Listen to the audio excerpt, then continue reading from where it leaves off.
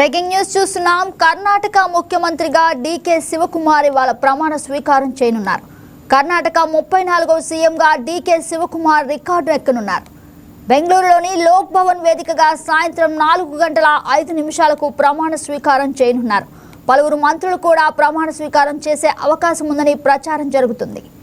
G Parameshwara, Muniyappa, U T Khader, K J George, Krishnabyre Gowda, M B Patil, Priyank Kharge, Satish Jarkiholi, Ramalingareddy, Dinesh Gundurao, Byrathi, Suresh, Eshwar, Yathindra ఇవాళ ప్రమాణ స్వీకారం చేసే అవకాశం ఉంది. రాజ్యసభ ఎన్నికల అనంతరం పూర్తి స్థాయి కేబినెట్ విస్తరణ జరగనుంది. పరమేశ్వరరావును డిప్యూటీ సీఎంగా ఎంపిక చేస్తారనే ప్రచారం జరుగుతుంది. కానీ దీనిపై కాంగ్రెస్ నుంచి అధికారిక ప్రకటన వెలువడలేదు.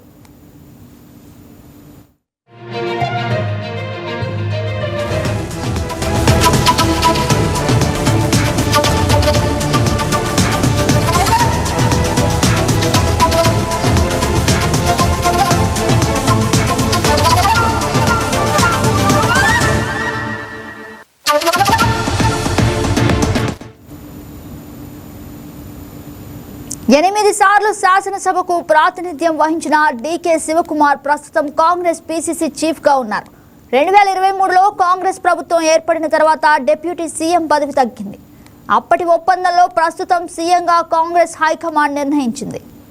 2019లో ఓ కేసులో అరెస్ట్ అయిన డీకే శివకుమార్ 50 రోజుల పాటు జైలు జీవితం గడిపారు. అప్పటి నుంచి గడ్డంతో కనిపిస్తున్నారు. రాష్ట్రంలో పార్టీని ఓ కీలక స్థాయికి తీసుకుపోయిన తర్వాతనే ఈ గడ్డం తీస్తానని ప్రకటించారు.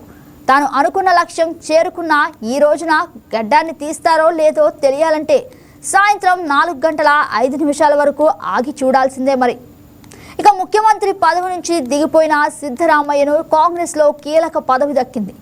సిడబ్ల్యూసీలో సిద్ధరామయ్యకు చోటు కల్పిస్తూ కాంగ్రెస్ చీఫ్ మల్లికార్జున ఖార్గే ఆదేశాలు జారీ చేశారు. ఇదే అంశానికి సంబంధించి మరింత సమాచారం మా ఎగ్జిక్యూటివ్ ఎడిటర్ శ్రీనివాస్ అందిస్తారు. గుడ్ మార్నింగ్ శ్రీనివాస్, చెప్పండి ఇవాళ డీకే శివకుమార్ ప్రమాణ స్వీకారోత్సవం ఏ విధంగా జరగనుంది?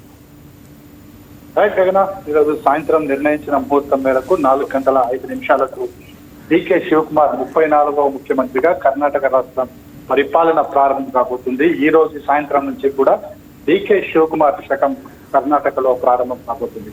అధికార మార్పిడి అనంతరం సిద్ధరామయ్య రాజీనామా, ఆ తర్వాత జరిగిన హైడ్రామా తర్వాత డీకే శివకుమార్ ఈరోజు సాయంత్రం విధానసభ ప్రాంగణంలో ప్రమాణ స్వీకారం చేయబోతున్నారు. ఆయనతో పాటుగా 12 నుంచి 14 మంది ప్రమాణ స్వీకారం చేస్తారని చెప్పేసి ప్రస్తుతం అయితే సమాచారం ఉంది. అందులో చూసుకుంటే గనక కొంతమంది ముఖ్యులు అంటే సిద్ధరామయ్య మాజీ ముఖ్యమంత్రి అయిన సిద్ధరామయ్య కుమారుడు యతీంద్ర సిద్ధరామయ్య కూడా ఛాన్సెస్ ఉన్నాయి. అదేవిధంగా ప్రియాంక ఖర్గే పేరు కూడా వినిపిస్తుంది, కేజీ జార్జ్ పేరు వినిపిస్తుంది, అదేవిధంగా సతీష్ జార్కిహోళీ నా పేరు కూడా వినిపిస్తుంది. సతీష్ జార్కిహోళీకి మరోవైపు కేపీసీసీ ఛాన్స్ అధ్యక్ష ఛాన్స్ కూడా వచ్చే అవకాశం ఉంది. ఆయన కూడా ఇక్కడ అవకాశం ఇవ్వబోతున్నారు. అదేవిధంగా రామలింగారెడ్డి పేరు, కృష్ణ బైరేగౌడ్, అదేవిధంగా లక్ష్మీ చాల్కర్, ఈశ్వర్, అదేవిధంగా ఏఎస్ పొన్నన్న, కేఎస్ మురియప్ప లేదా ఆయన కూతురు రూపాలిక పేర్లు కూడా వినిపిస్తున్నాయి. ఈ రోజు సాయంత్రం వరకు కూడా దీనికి స్థిరపడే అవకాశం ఉంది. అయితే ప్రధానంగా ఉప ముఖ్యమంత్రి పదవి కూడా ఈ రోజు ప్రమాణ స్వీకారం చేయబోతున్నారు. పరమేశ్వరకు ఈసారి ఉప ముఖ్యమంత్రి పదవి దక్కబోతుంది. ఆల్రెడీ ఇప్పటికే మనకి చూసాం, సిద్ధరామయ్య కేబినెట్ లో హోంమంత్రిగా పనిచేశారు. సో ఇప్పుడు ఉప ముఖ్యమంత్రిగా ఆయనకి అవకాశం లభించబోతుంది. ఈరోజు సాయంత్రం 4:05 ఈ ప్రమాణ స్వీకారం ప్రారంభం కాబోతుంది. అయితే ఈ మొత్తం మంత్రివర్గ విస్తరణకు సంబంధించి గత 4 రోజుల నుంచి కూడా పార్టీ అధిష్టానం పదే చర్చలు, వాళ్ళు దఫాలుగా నాయకులు సిద్ధరామయ్యతో కావచ్చు, అదేవిధంగా డీకే శివకుమార్ తో కావచ్చు, పలు దఫాలుగా చర్చలు జరిపిన మీదనే కేబినెట్ కూర్పు అనేది జరిగిందని చెప్పేసి కూడా తెలుస్తుంది. ఈ కేబినెట్ ఏదైతే ప్రమాణ స్వీకార కార్యక్రమానికి ఇటు మల్లికార్జున ఖర్గేతో పాటుగా రాహుల్ గాంధీ, అదేవిధంగా ఇతర ప్రముఖులు కూడా హాజరు కాబోతున్నారు. తెలంగాణ ముఖ్యమంత్రి రేవంత్ రెడ్డి కూడా వెళ్తున్నట్లు తెలుస్తుంది.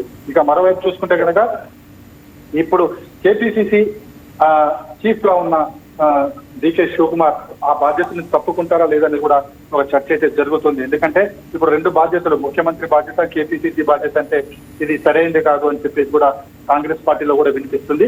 అయితే ఈ మేరకు కేపీసీసీగా ఎవరిని నియమిస్తారనే దాని కూడా ఒక చర్చ అయితే జరుగుతుంది. అయితే ప్రస్తుతానికైతే ఈరోజు సాయంత్రం ప్రమాణ స్వీకారం తర్వాత కేబినెట్ కూర్పు ఉండబోతుంది. కేబినెట్ కూర్పులో ఎవరికి ఏ పోర్ట్ఫోలియో ఇస్తారో కూడా తెలుస్తుంది. అయితే ఈ నెల 18న రాజ్యసభ ఎన్నికలు కూడా ఉన్నాయి కాబట్టి రాజ్యసభ ఎన్నికలు అదే విధంగా ఎమ్మెల్సీ అన్నిటి చూసుకున్న తర్వాత జూన్ 20న మరోసారి మంత్రివర్గ విస్తరణ ఉండబోతుందని చెప్పేసి కూడా తెలుస్తుంది.